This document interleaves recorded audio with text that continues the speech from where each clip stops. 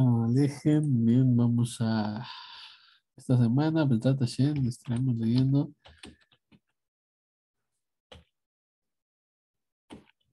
Perashat Vaera. Y como siempre, cada semana vamos a estar comentando aquí también la Haftarah. Ajá. ¿Qué parte nos toca comentar? ¿Cuál es la Haftarah de esta porción? Y aquí la tenemos. Y Ezequiel, capítulo 28, versículo 25 al 29-21. Y podemos decir, para comentar un poco acerca de esta lectura, que el profeta Ezequiel habla en contra de Egipto, amonestándole por el orgullo que le aqueja. ¿Sí? Tenía algo muy grave, que es el orgullo, como está escrito en lo que leeremos. Y vamos a ponerlo aquí también para que ustedes puedan leerlo, cuando nos acompañen en la lectura. Y es así. Dice: y en la tierra de Egipto se convertirá en desolación y ruina. Entonces sabrán que yo soy el Eterno, porque dijiste, el Nilo es mío, y yo lo he hecho. Está en el versículo 9 del capítulo 29. Vea cómo el faraón, el paró, va a decir, el Nilo es mío, y yo lo he hecho. O sea, no solo apropiarse del Nilo, sino que decir que él mismo lo ha formado, que él lo ha hecho. Ya antes había mencionado, el profeta, la soberbia que llevaba este rey al presumir de haber creado el Nilo, y eso está en el versículo 23. Ustedes ahí tienen sus notas o quieren ver, encontraremos que, aquí vamos a poner, ya había dicho, el Nilo es mío y lo ha creado, ¿no? Entonces ya se jacta de eso desde el versículo 3 o el versículo 9 es el que leímos y en el que estamos enfocados. El paró, el faraón, se decía una divinidad. Lo sabemos porque la Torah afirma. Vamos a poner el versículo en cuestión. El paró se decía un dios. Y esto lo sabemos porque la Torah nos dice, preséntate por la mañana al faraón cuando vaya al agua. ¿Sí? Y nos van a...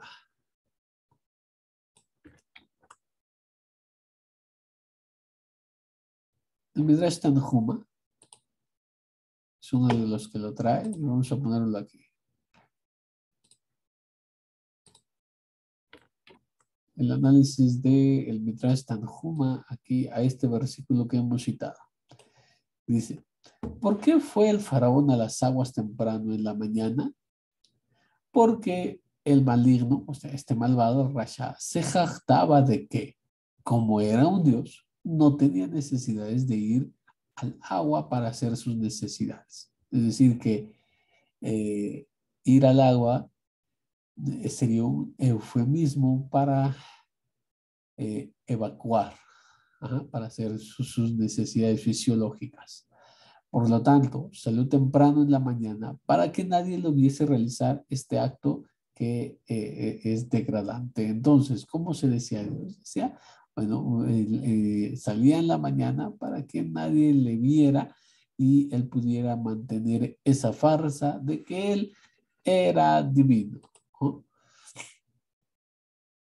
Y claro que esto no es exclusivo de este rey, sino que otros han deseado que se les reconozca como divinos. Por ejemplo, vamos a poner aquí Ah, vamos a poner una nueva lámina porque ah, aquí.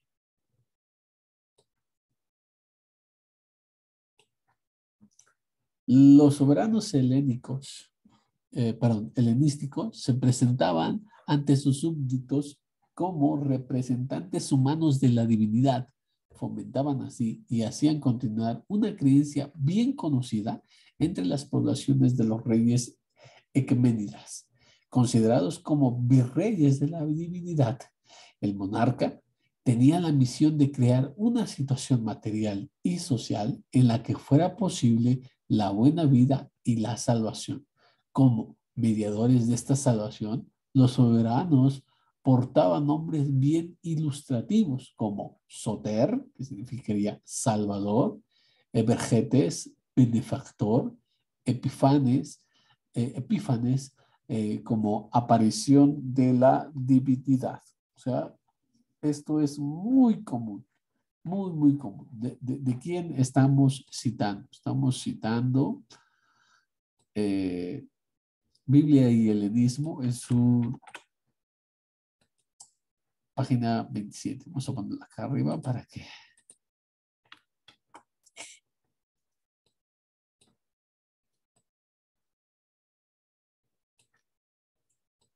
Antonio Piñero, en Biblia y helenismo, ediciones Almendro, Córdoba, página 37. Eso es lo que acabamos de leer. Ajá. Bien, entonces no es algo que solamente fuera de el rey de Egipto, ¿no? No. Al contrario, el mundo antiguo también adolecía de este mal, ¿no? De que los seres humanos se decían divinos o muy cercanos a hijos de, etcétera. O sea, esto era muy, muy común. Ajá. Ah, bueno. Otro ejemplo por mencionar es el culto imperial romano, que demandaba la adoración al emperador como un benefactor, un hijo divino, y se le construía templos. Ajá. Vamos a citar nuevamente el mismo libro, pero en la página 75 que va a añadir el autor lo siguiente. Entre las ciudades merece destacarse la construcción reconstrucción de Samaria, rebautizada como Sebaste, a la que, a la que otorgó un aspecto similar a la de otras urbes helenístico-romanas, con su correspondiente templo dedicado al culto imperial. Ajá. Entonces, ahí es muy conocido también el culto el culto imperial en lo que es el Imperio Romano. Volviendo a ejemplos bíblicos, está muy claro que también hay ejemplos bíblicos, además del faraón. Ajá. Tenemos, por ejemplo, vamos a poner una excelente. Okay. Dice el libro de Daniel.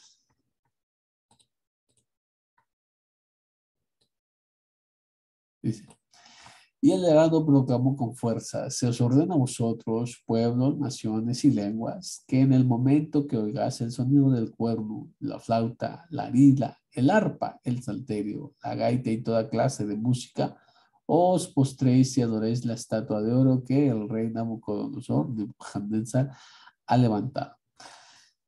Ajá. Entonces, aquí tenemos, se levanta una estatua, una efigie de Nebuchadnezzar y demandaba que fuera adorado por todos los que escucharan. Ajá, y la vida. Entonces, recordemos, Daniel no se quiere inclinar. ¿Por qué? Porque eso solamente lo podemos hacer delante del Eterno. Demanda hay adoración. Adoración es postrarse también. Ajá, pero bueno, eso es inclinarse. Pero era más allá de lo que un judío podía hacer. Ajá. Y bueno, que recordemos que Nebuchadnezzar se llenó de soberbia, al igual que el rey de Egipto. Para eso los invito a que puedan escuchar un comentario ahí en Brashat Miketz, donde también pues hablamos acerca de la soberbia, pero en este caso de Nabucodonosor, quien fue convertido en un animal. Nos remitimos a ese estudio para que puedan profundizar en ese tema. Regresando a nuestro versículo inicial, el rey de Egipto se le ilustra apropiándose de el río y de decirse que él lo hizo. O sea, la hechura del río dice él que lo hizo. Y los reyes que hemos visto, que se apropiaban el título de salvadores y benefactores para demandar así una especie de filiación divina, tratando de ocultar sus defectos a toda costa. Pero en la Torah es distinto. A Moshe, por ejemplo, el máximo de los profetas, el que saca al pueblo de Egipto, el legislador, o sea, este personaje tan elevado, no se le ocultan sus errores, ni siquiera que se le escondan sus fallas. Ajá. Y tanto la Torah allá dirá cosas sobre Moshe cuando comete sus errores, pero también cuando él tiene sus aciertos. Ajá. Y encontramos que dice un versículo de la Sagrada Torah acerca de Moshe. Es este, vamos a ponerlo aquí.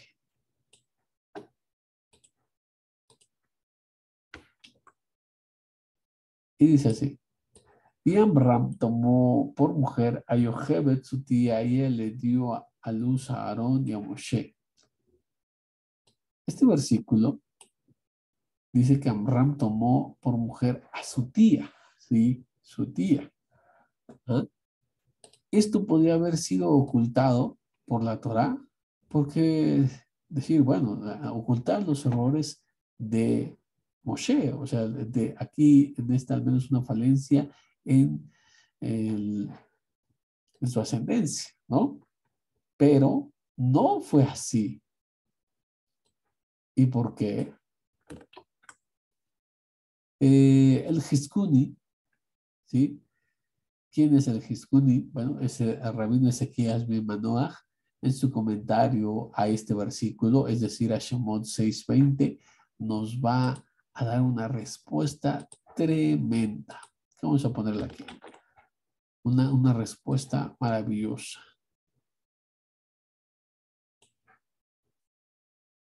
Y es esta.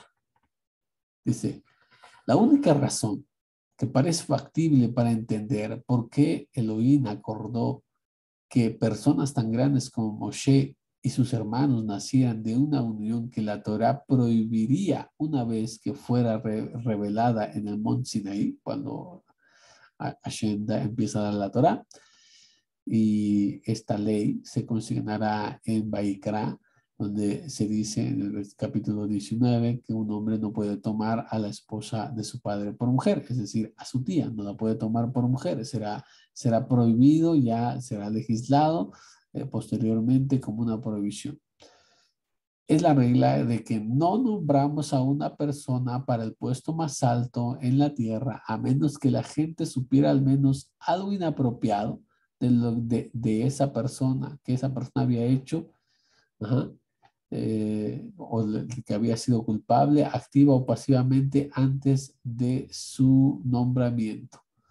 Y ahí se añade también acerca de el rey David, que por ejemplo tenemos que parte de su ascendencia del rey David encontramos a una moabita. Bueno, hizo una conversión, pero se le sigue llamando moabita. De modo que encontramos que en la Torá tenemos esos casos en que personajes, reyes, y como por ejemplo Moshe, no se ocultan estas cosas que que otros reyes ocultarían como algunas cosas vergonzosas, algunas cosas que no quisieran que se revelara. La Torá lo hace y se tiene entonces para cuando alguien se va a hacer un nombramiento en un puesto elevado, es que debemos saber algo inapropiado de esa persona, ajá, que haya sido culpable, activa o pasivamente. De modo que esta persona, ajá, siempre mantenga sus pies en la tierra, no por ese puesto, ajá, no por esa condición que le fue dada, pierda la cabeza estando en esa situación de poder y sepa cuáles son sus orígenes, sepa que también es un ser humano, etcétera, etcétera, etcétera, para no caer en lo que hemos visto, en el pecado del orgullo. Debemos recordar nuestra condición, a una condición pequeña, una condición humilde cuando somos elevados a lugares de autoridad. Y esto es lo que nos enseña la Haftará, que no debemos de ser como el faraón, que se elevó a sí mismo a ser un Dios, a decirse, he creado el Nilo, y la Torah nos da la fórmula para librarnos de esa soberbia, y es recordar aquellos, recordar aquellas falencias, recordar el origen humilde, estar recordando eso constantemente. Y creo que es una muy buena lección para nuestros días. Debemos de tener de alguna manera algo que nos haga volver en sí, para, no porque el que sea rico se eleve por ser rico, aquel que sabe Torah se eleve porque sabe Torah, etcétera, etcétera. Que todos conservemos un lugar de humildad, porque el único que es exaltado es Hashem. Bien, entonces nos vemos la siguiente semana.